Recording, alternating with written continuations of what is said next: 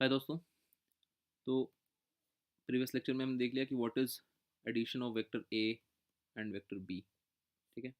Vector A plus vector B का हमने resultant क्या देखा कि let's say that vector is सी। तो मैग्नीट्यूड ऑफ सी हमने देखा under root of a square plus B square plus 2ab cos of theta, right? Where theta is the angle between a and b। और फिर हमने देखा कि ये जो सी का डायरेक्शन होगा तो tan of alpha will B b sin theta by a plus b cos theta. तो यहाँ पर डायग्राम कैसा था इसका, अगर ये वेक्टर ए है और ये वेक्टर बी है,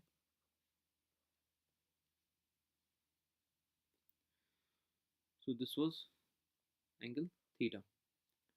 तो हमने क्या किया था, हमने वेक्टर बी को ऐसा पैरेलली शिफ्ट किया था, तो vector b was drawn here. तो अगर हम ट्राइंगल लॉ को जस्ट वेरीफाई करना चाहें तो यही था ना हमारा वो triangle law, the resultant was a plus b. और अगर हम यहाँ से भी इसको ज्वाइन करें तो ये ए के बराबर हो जाएगा, ये बी के बराबर होगा। तो पैरेललोग्राम लॉ भी ये वेरीफाई करता है because this line is diagonal of this parallelogram, right. तो हम क्या देख रहे हैं कि जो वेक्टर ए और वेक्टर बी हम ऐड करते हैं तो जो रिजल्टेंट वेक्टर होता है वो कहीं बीच से निकलता है ना। और ये जो एंगल बना रहा है with respect to a, that's alpha. so this value of this alpha is that tan of alpha is b sin theta divided by a plus b cos theta। हम कुछ स्पेशल केसेस जस्ट कंसिडर करें कि अगर वहाँ पर इस expression को हम अप्लाई करें तो क्या होगा। तो what can be our case one, that if vector a and vector b, they are like angle between a and b is 0 degree. यानी क्या सिचुएशन होगा कि ए और बी दोनों सेम लाइन में है ना, और डायरेक्शन भी सेम। तो अगर हम इसी फॉर्मूले को अप्लाई करें तो रिजल्टेंट वेक्टर क्या बनेगा, magnitude of C is A plus B. तो मैग्नीट्यूड ऑफ सी क्या हो गया, मैग्नीट्यूड ऑफ सी होगा अंडर रूट ए square plus B square plus 2ab cos theta. तो थीटा जब हम क्या लेंगे कॉस जीरो, तो कॉस ऑफ जीरो कितना होता है, cos zero is 1। I hope आपको बेसिक ट्रिग्नोमेट्रिक रेशियोज की वैल्यू पता हो। तो कॉस जीरो इज 1, यानी कि हम इसको लिख सकते हैं अंडर रूट ए square plus B square plus 2ab। इसे हम कैसे लिख सकते हैं, A square plus B square plus 2ab को हम क्या लिख सकते हैं, हम लिख सकते हैं ए प्लस बी का होल स्क्वायर। जब ये ए प्लस बी का होल स्क्वायर और उसके ऊपर स्क्वायर रूट है तो इफेक्टिवली क्या हो गया कि मैग्नीट्यूड ऑफ सी हो गया आपका sir just a plus b. Fine. और अगर हम एंगल पे जाएं तो tan ऑफ अल्फा क्या होगा, that will be b sine zero divide by a plus b cos zero. तो साइन जीरो क्या होता है, जीरो होता है, तो सिंपली ये क्या हो गया जीरो। इसका मतलब कि अल्फा जब जीरो हो गया यानी कि रिजल्टेंट जो सी है vector that is along in line of a plus B, तो वो भी कैसा हो जाएगा, वो ऐसा हो जाएगा। उसका मैग्नीट्यूड क्या होगा, उसका मैग्नीट्यूड ए और बी दोनों के मैग्नीट्यूड के सम के बराबर होगा। Then this will be a plus b magnitude wise, and direction wise this will be just in line with a and b. जो एक साथ एंगल होगा ऑब्वियसली वही बी के साथ भी एंगल हो जाएगा क्योंकि ए और बी सेम ही डायरेक्शन में। Fine. So that was our case one. ऐसे ही और सिमिलर केसेस क्या क्या हो सकते हैं। केस टू कैन बी कि दिस बेसिकली ये थीटा पे डिपेंड कर रहा है, तो this theta is 90 degree. What is theta, theta is angle between vector A and vector B. तो अगर ये एंगल 90 डिग्री है तो यानी कि सिचुएशन कैसी है कि ये वेक्टर ए ऐसा है, वेक्टर बी कुछ ऐसा है, दोनों के बीच का एंगल 90 डिग्री है। तो रिजल्टेंट क्या होगा, रिजल्टेंट वेक्टर अगर हम सी बुलाते हैं तो उसका मैग्नीट्यूड क्या हो जाएगा, C will be under root A square plus B square plus twice A B cos of 90, right. Cos 90 क्या होता है, कॉस 90 जीरो होता है, यानी कि ये हो जाएगा जस्ट अंडर रूट ए स्क्वायर प्लस बी स्क्वायर। तो magnitude of C will be under root A square plus B square, and what will be this resultant angle tan alpha, हो जाएगा b sine zero, sorry sine 90, इस case में 90 degree है, divide by a plus b cos 90। तो sign 90 क्या होता है 1, यानी कि जस्ट बी ऊपर में, और नीचे में कॉस 90 क्या होता है 0, यानी कि जस्ट बी बाई ए। तो tan of alpha will be just B by A. तो अगर इसको हम ग्राफिकली देखें तो कैसा हो रहा है कि ये हमारा वेक्टर ए था, ये हमारा वेक्टर बी था। तो जो रिजल्टेंट वेक्टर है वो क्या होगा, वो इन दोनों के बीच से जा रहा है, वो कुछ ऐसा जा रहा है, फाइन। तो this is your vector c. अगर हम बी को इधर शिफ्ट करें ना, अगर शिफ्ट करें तो ये सेम लेंथ रहा बी का, और ये रहा ए, और ये जो लेंथ है, तो आप सोचिए कि सिंपल, ये आपका सिंपल पाइथागोरस थ्योरम हो गया ना। क्योंकि जब एक राइट एंगल ट्रायंगल होता था, ऐसा जब आपको राइट एंगल ट्रायंगल दिखाई दे रहा है, तो आप क्या करते थे, जो हाइपोटेनस स्क्वायर होता है वो क्या होता है, perpendicular square plus base square, same जहाँ से हमने ये फॉर्मूला ड्राइव भी किया था। तो सेम वैसे ही रिजल्ट आ रहा है, that magnitude of this vector c is just under root A square plus B square. So this length will be, यही आपकी ये लेंथ है, अंडर रूट ए स्क्वायर प्लस बी स्क्वायर। और ये एंगल जो है, दिस इज अल्फा एंगल। तो tan of alpha क्या होता है, tan ऑफ अल्फा होता है सिंपली y बाई एक्स ना, परपेंडिकुलर बाई बेस। तो यही है ना वो परपेंडिकुलर और बेस, तो सेम आ रहा है ना tan alpha just b by A. तो इससे पहले विदाउट यूजिंग वेक्टर आप समझिए कि सेम चीज़ अप्लाई कर रहे थे जब आप कोई दो साइड को ऐड करते थे, जहाँ पर वो दोनों साइड के बीच का एंगल 90 डिग्री होता था, तो आप वेक्टर एडिशन ही कर रहे होते थे इफेक्टिवली, ठीक है। तो ये आपको उस सेंस में आई होप आपको क्लियरली अब दिखाई दे रहा हो कि ये जो हमारा रिलेशन है अंडर रूट ए square plus B square plus 2ab cos theta, ये किसी भी सिचुएशन में होगा। इससे पहले हम लोग अगर सेम लाइन में होता था तो जस्ट ऐड कर देते थे, 90 डिग्री होता था तो अंडर रूट ए स्क्वायर प्लस बी स्क्वायर कर देते। अभी देखिए इसका जो तीसरा केस है उससे भी आपको क्लियर दिखाई देगा कि अगर एंगल हम ले लें, मान लीजिए 90 डिग्री, सॉरी 180 डिग्री, यानी कि बाय द वे 180 डिग्री को भी हम रेडियन के टर्म में क्या कहते हैं, pi radian, right. I hope ये आपको पता हो कि 180 डिग्री इज पाई रेडियन। तो एंगल अक्सर रेडियन में ही इस्तेमाल होगी, जब हम कैलकुलस इस्तेमाल करेंगे फिजिक्स में तो एंगल हमेशा हम रेडियन में इस्तेमाल करेंगे। तो आई होप आपको डिग्री और रेडियन में कन्वर्जन पता हो। तो हमारा केस 3 क्या है, case 3 is that when theta is exactly this 180 degree कहा जाए, या कहा जाए कि theta is pi radian. Okay, तो इस केस में क्या होगा, वेक्टर अगर ए ऐसा है तो वेक्टर बी कैसा है, वेक्टर बी कुछ ऐसा है। तो इन दोनों के बीच का एंगल क्या हो रहा है, 180 डिग्री हो रहा है। तो मैग्नीट्यूड ऑफ सी क्या होगा, that will be under root A square plus B square plus 2ab cos of 180। Cos 180 या कॉस पाई कितना होता है, वो होता है -1। तो ये हो जाएगा अंडर रूट ए square plus B square -2ab हो जाएगा, क्योंकि कॉस 180 यानी कि -1 से मल्टीप्लाई करेंगे तो -2ab। इसको हम लिख सकते हैं अंडर रूट ए माइनस बी का होल स्क्वायर लिख सकते हैं। तो सिंपली क्या हो गया, मैग्नीट्यूड ऑफ सी आपका हो गया ए माइनस बी। तो रिजल्टेंट वेक्टर जो है उसका जो मैग्नीट्यूड है वो जस्ट इन दोनों का सब्ट्रैक्शन है। तो जब दो वेक्टर्स ऐसे हों कि ऑपोजिट डायरेक्शन में हो तो सिंपली क्या हो जाएंगे, वो सब्ट्रैक्ट हो जाते हैं। tan ऑफ अल्फा अगर हम निकालने जाएं कि what is tan of alpha this time, तो tan of alpha will be again same formula b sin theta by a plus b cos theta. तो हम क्या पुट करेंगे, थीटा की जगह पर 180, तो हम पुट करेंगे b sin 180 क्या होता है, sin 180 इज 0। तो सिंपली क्या हो गया, ये जस्ट 0। रिजल्टेंट क्या होगा, अगर a कुछ ऐसा है, मान लीजिए a की वैल्यू है 10 न्यूटन, तो इधर 10, b की वैल्यू है 5 न्यूटन, इधर 5। तो रिजल्टेंट क्या हो जाएगा, दैट विल बी 10 - 5 यानी कि जस्ट 5। तो सेम डायरेक्शन में रहेगा बट मैग्नीट्यूड सिंपली क्या हो जाएगा, माइनस हो जाएगा। तो यही वो रिलेशन जो कि हम अप्लाई करते जा रहे हैं और हमें सेम जस्ट सिंपल रिजल्ट्स आते जा रहे हैं।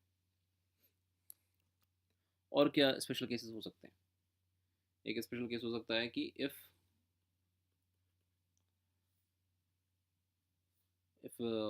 Magnitude of both vectors are same, यानी कि वेक्टर ए का magnitude is same as vector B, तो उस केस में रिजल्टेंट क्या होगा, अंडर रूट ए स्क्वायर प्लस बी स्क्वायर को मैं ए स्क्वायर ही लिख सकता हूँ प्लस 2ab यानी कि 2a square cos of theta. तो ये बन गया under root twice a square plus twice a square cos of theta. तो मैग्नीट्यूड ऑफ सी हो गया under root twice a square 1 plus cos theta. तो 1 plus cos theta by trigonometric identity can be written as 1 plus cos theta को हम लिख सकते हैं 2 cos square theta by 2। Okay, तो ये एक रिलेशन है, इसको आप ध्यान रखिए कि 1 plus cos of theta can be written as 2 cos square theta by 2। तो ये 2 4 यानी कि अंदर में हो गया अंडर रूट 4a स्क्वायर, तो ये बाहर क्या निकले, बाहर निकलेगा just 2a cos of theta by 2। तो वैसे ये सिंपल केसेस हैं जो कि आपको डेली प्रॉब्लम्स में अप्लाई होंगे। अगर हम जस्ट कुछ बेसिक प्रॉपर्टीज देखें, basic properties of vector addition, तो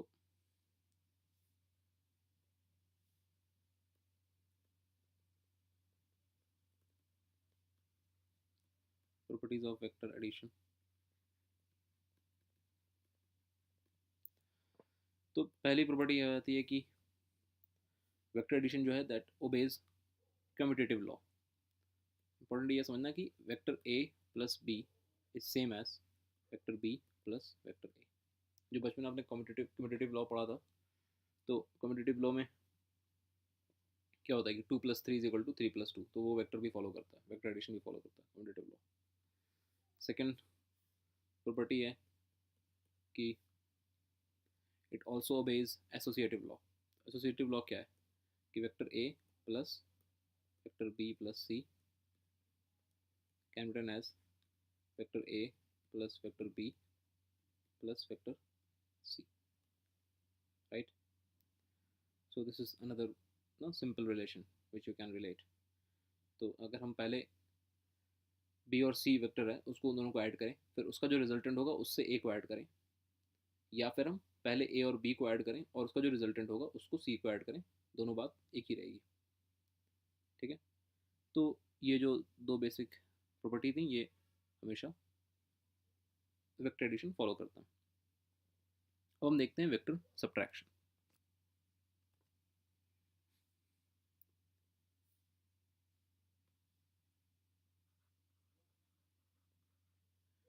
तो वेक्टर सब्ट्रैक्शन में क्या करना है,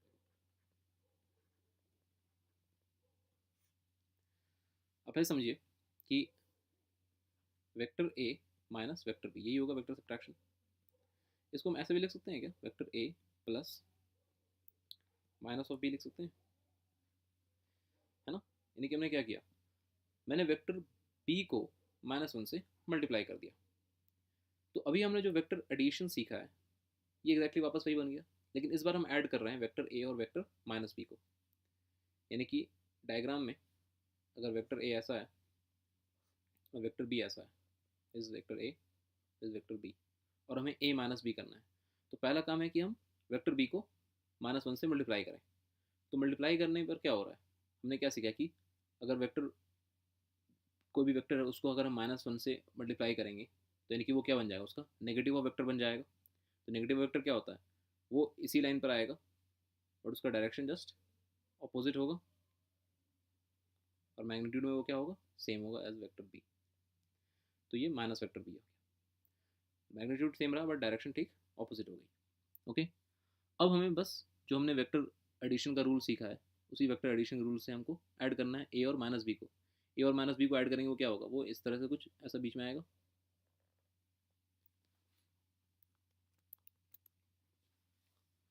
जो हमने एडिशन का रूल सीखा उसमें ऐड करेंगे तो क्या होगा, तो ऐसा कुछ आएगा। यानी कि अगर आप इसको ऐसा कनेक्ट कीजिए तो ये पैरेललोग्राम का डायगोनली बनेगा या ट्राइंगल का तीसरा साइड ही बनेगा। So this line will be vector A minus vector B. ठीक है, वेक्टर ए प्लस बी क्या था, vector A plus b I hope आपको पता हो। वेक्टर ए प्लस बी ये था, this was vector A plus vector b, है ना। अगर हम बी को इधर शिफ्ट करके यहाँ से पहुँचाते, बी को अगर हम शिफ्ट कर देते तो बी ऐसे जाता,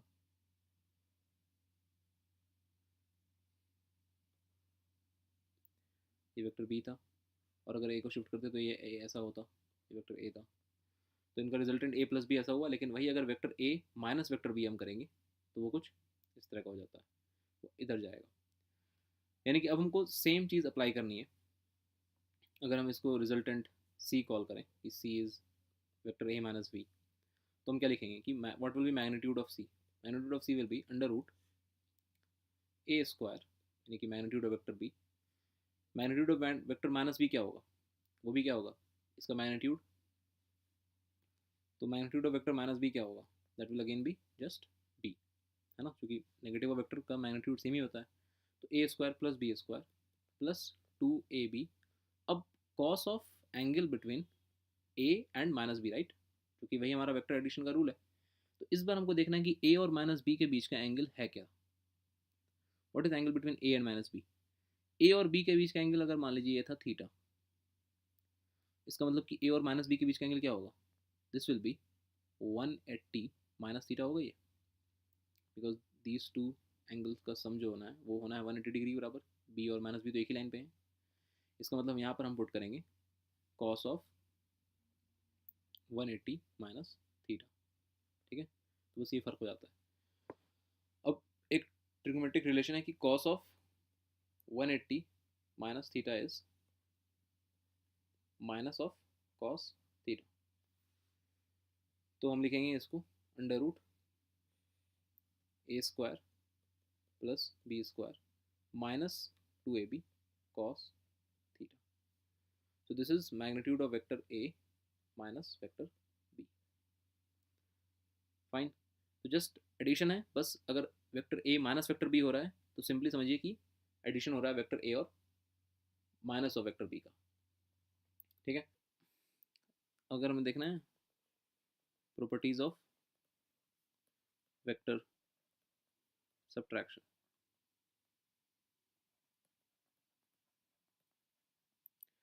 तो मैं ये चेक करना ना कि पहला